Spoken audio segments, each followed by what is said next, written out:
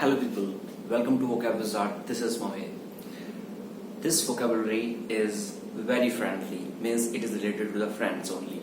Okay, so this vocabulary is about the friendship and words related to that. जो उससे related words होंगे उनके बारे में है. Okay, so just have a look. First लिखा हुआ है यहाँ पर offer somebody olive branch. ठीक है, हमें पता है क्या olive oil बताया है. मैंने बताया था ये चीज ऑलिव ऑयल.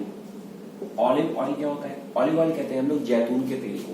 ठीक है, और जो ऑलिव ऑयल होता है वो बहुत ही क्या होता है, कॉस्टली होता है, यानी कि महंगा होता है.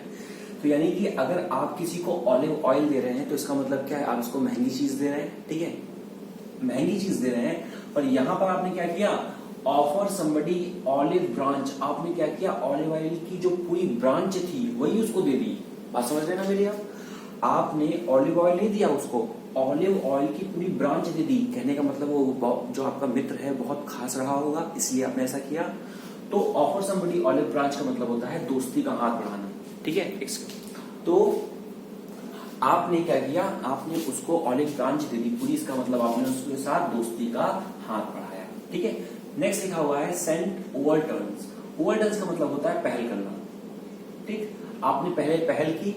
आपने जो आपके बीच में जो गल्फ था, गल्फ मतलब जो दूरियां थी, ठीक है ना, जो गल्फ था आपने उसको दूर किया. फिर सेंट फ्री फीलर्स. अब ये क्या होता है, आपने इंसेक्ट देखा होगा, जैसे ये एक इंसेक्ट है. इंसेक्ट मतलब एक कीड़ा है. कीड़े के आगे दो ऐसे एंटीना निकले रहते हैं. ठीक है, इन एंटीना को कहते हैं फीलर्स. ध्यान समझिएगा, इंसेक्ट के आगे दो एंटीना निकले रहते हैं, इन एंटीना कहते हैं फीलर्स. उससे ही करता क्या है, एंटीना से वो पता लगाता है कि खाना कहां पर है, शिकार कहां पर है. ठीक है, तो कहने का मतलब है जहां ये पहुंचता है उससे पहले इसके क्या पहुंच जाते हैं, फीलर्स पहुंच जाते हैं. और वो क्या करते हैं, पता लगा लेते हैं कि वो वहां पे खाना है या नहीं.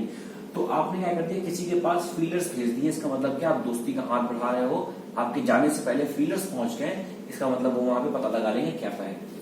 तो इन सारी इडियम्स का मतलब होता है दोस्ती का हाथ बढ़ाना. फ्रेंड्स, मैंने यहाँ पे एक वर्ड लिखा है गल्फ. ध्यान से देखिएगा, मैंने यहाँ पे एक वर्ड लिखा हुआ है गल्फ. गल्फ का मतलब आपने पता है क्या, गल्फ का मतलब आपको पता है कि गल्फ मतलब होता है खाई. ठीक है ना, आपने पढ़ा होगा गल्फ. ठीक है ना, रिफ्ट पढ़ा होगा, आपने पढ़ा होगा रिफ्ट वैली. गल्फ पढ़ा होगा, ठीक है, रिफ्ट वैली पढ़ा होगा. तो इन दोनों वर्ड्स का मतलब होता है खाई.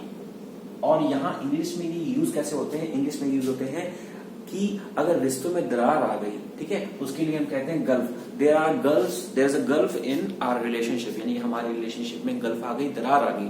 ठीक है, अब उन दरारों को भरने के लिए हम क्या करेंगे, उनको भरने के लिए. देखिए, अगर यहाँ पर एक रोड है और एक यहाँ पर रोड है और इनके बीच में क्या है, ये एक दरार है.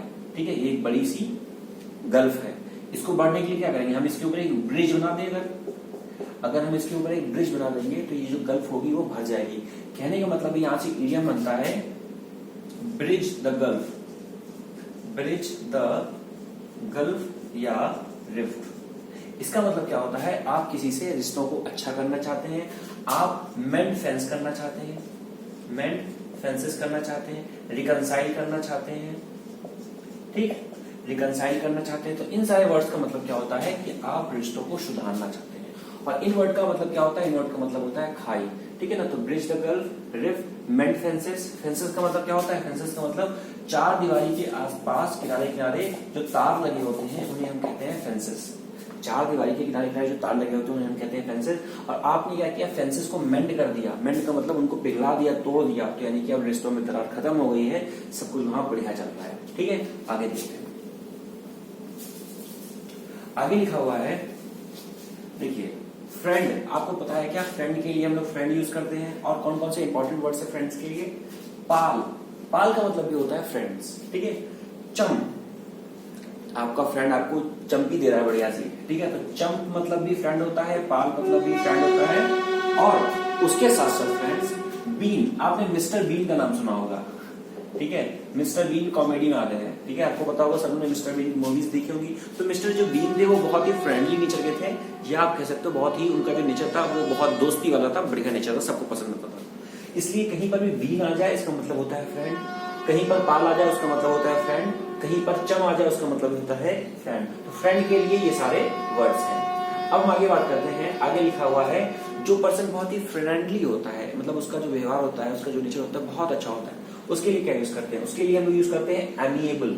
देखिए कहीं पर भी एमी वर्ड आ जाए, एमी जो वर्ड होता है ये रूट वर्ड है और इसका जो मतलब होता है वो होता है फ्रेंडली। ध्यान दीजिएगा, ami is a root word और उसका मतलब होता है फ्रेंडली। तो कहीं पर भी एमी वर्ड आ जाए तो उसका मतलब क्या होता है? फ्रेंडली। एमीएबल जो फ्रेंडली है या फ्रेंडली योग्य है, फ्रेंड के योग्य है। एफेबल, कोई व्यक्ति बहुत एफेबल है। एफेबल किससे आ गया? ए फॉर एप्पल, एप्पल तो बढ़िया ही होता है, तो इसलिए एफेबल मतलब बढ़िया। और जो व्यक्ति बहुत ही जीनियल है, जेनियल है, उसके लिए भी हम लोग क्या कहते हैं? फ्रेंडली पर्सन है। कितनी ये बढ़िया एकदम व्यवहारी आदमी है, हिंदी में बोलते हैं हम लोग क्या कि वो बहुत ही व्यवहारी आदमी है। तो इसका मतलब he is a very amiable person, he is very affable person, he is very genial person. Next देखिए, अगर आपका किसी के साथ कोई सेटलमेंट करना है, सेटलमेंट मतलब हो सकता है कोई वाद विवाद रहा हो, उसको सेटल करना है आपको, तो उसके लिए आप यूज करेंगे वर्ड एमिकेबल सेटलमेंट। सेटलमेंट दो तरह के हो सकते हैं, जैसे एक तो हो सकता है फ्रेंडली सेटलमेंट हो जाए, मतलब आराम से सारा सेटलमेंट हो गया, बातचीत से हो गई। एक है बातचीत से नहीं सुलझ रहा है आपकी बात, मैटर बढ़ रहा है, उस कंडीशन में may be you can go the other way. Okay, so amiable settlement का मतलब क्या होता है? आपने जो मौके को देखा, नजाकत को देखा और आपने आराम से सारा मैटर सुलझा लिया, कोई दिक्कत नहीं बनी, उसके लिए हम लोग यूज करते हैं वर्ड एमिकेबल। क्योंकि मैंने अभी बताया क्या, कहीं पर भी वर्ड यहाँ पे एमिएबल लिखा हुआ है, ध्यान दीजिएगा, आपका जो वर्ड है वो एमिएबल आ जाए या एमिकेबल आ जाए, दोनों में देखिए रूट वर्ड सेम है और रूट वर्ड है क्या? एमी। और मैंने अभी बताया कि एमी का मतलब क्या होता है? एमी का मतलब होता है फ्रेंडली, यानी कि दोस्ताना या दोस्ती वाला। ठीक है, तो कहीं पर भी एमिएबल आ जाए, एमिकेबल जिसका मतलब दोस्ती का होता है। यहाँ लिखा हुआ है एमिकेबल, एमिकेबल सेटलमेंट, यानी जो सेटलमेंट है वो दोस्ती से निपट गया, कोई दिक्कत नहीं बनी। कॉन्जेंशियल एटमॉस्फेयर, देखिए कॉन्जेंशियल का मतलब क्या होता है? जो एकदम कंड्यूसिव, यानी कि हम कह सकते हैं जो माहौल है वो बहुत अच्छा है, उसके लिए हम कहते हैं कॉन्जेंशियल एटमॉस्फेयर। आप कहीं गए, आप जम्मू एंड कश्मीर गए, आप मनाली गए, ठीक है, तो वहां का जो एटमॉस्फेयर है वो क्या है? कॉन्जेंशियल एटमॉस्फेयर है, बहुत अच्छा एटमॉस्फेयर है। नाउ रिमेंबर वन थिंग, आपको अभी तक एक वर्ड पता है एटमॉस्फेयर, मैं आपको एटमॉस्फेयर के लिए दूसरा वर्ड देने जा रहा हूं। The word is ambience, this is the very important word, ambience. देखिए एटमॉस्फेयर का मतलब होता है जो हमारा फिजिकल एटमॉस्फेयर है, ध्यान दीजिएगा। एटमॉस्फेयर जो है कहीं ना कहीं फिजिकलिटी को शो करता है, यानी कि जो फिजिकल चीजें हैं, जैसे हमारा एटमॉस्फेयर इतने तक है, फिर हमारा मतलब आपका troposphere, stratosphere, mesosphere, thermosphere, exosphere, ठीक है, तो ये क्या है? एटमॉस्फेयर की लेयर्स है हमारी। बट एम्बियंस का मतलब क्या होता है? ये फिजिकलिटी को शो करता है और ये शो करता है नेचुरलिटी को। आप कह सकते हो इसका मतलब हिंदी में होता है माहौल।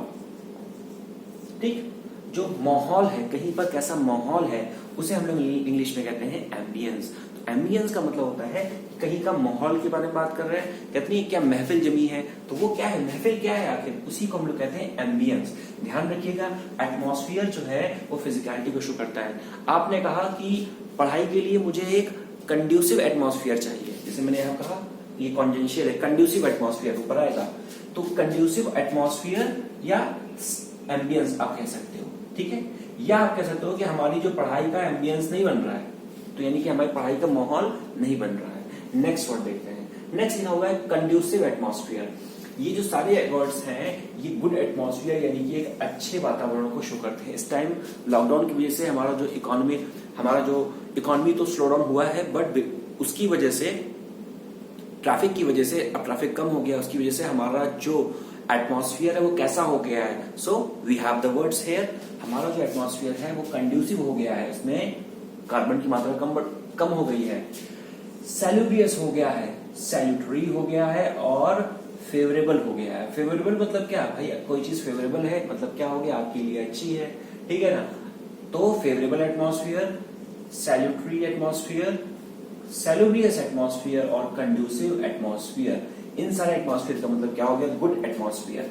या आप यहाँ पर जैसे ये वर्ड लिखा हुआ है जो कॉन्जेंशियल एटमॉस्फेयर, आप इसको भी वहां पर ऐड कर सकते हैं। So friends, these are the words related to the friendship or the friendly vocabulary you can say. Okay, so next video में मिलते हैं with something new. Till then, take care, goodbye, keep sharing the video and do subscribe the channel. This is Mohit sir, Vocab Wizard. Jai Hind.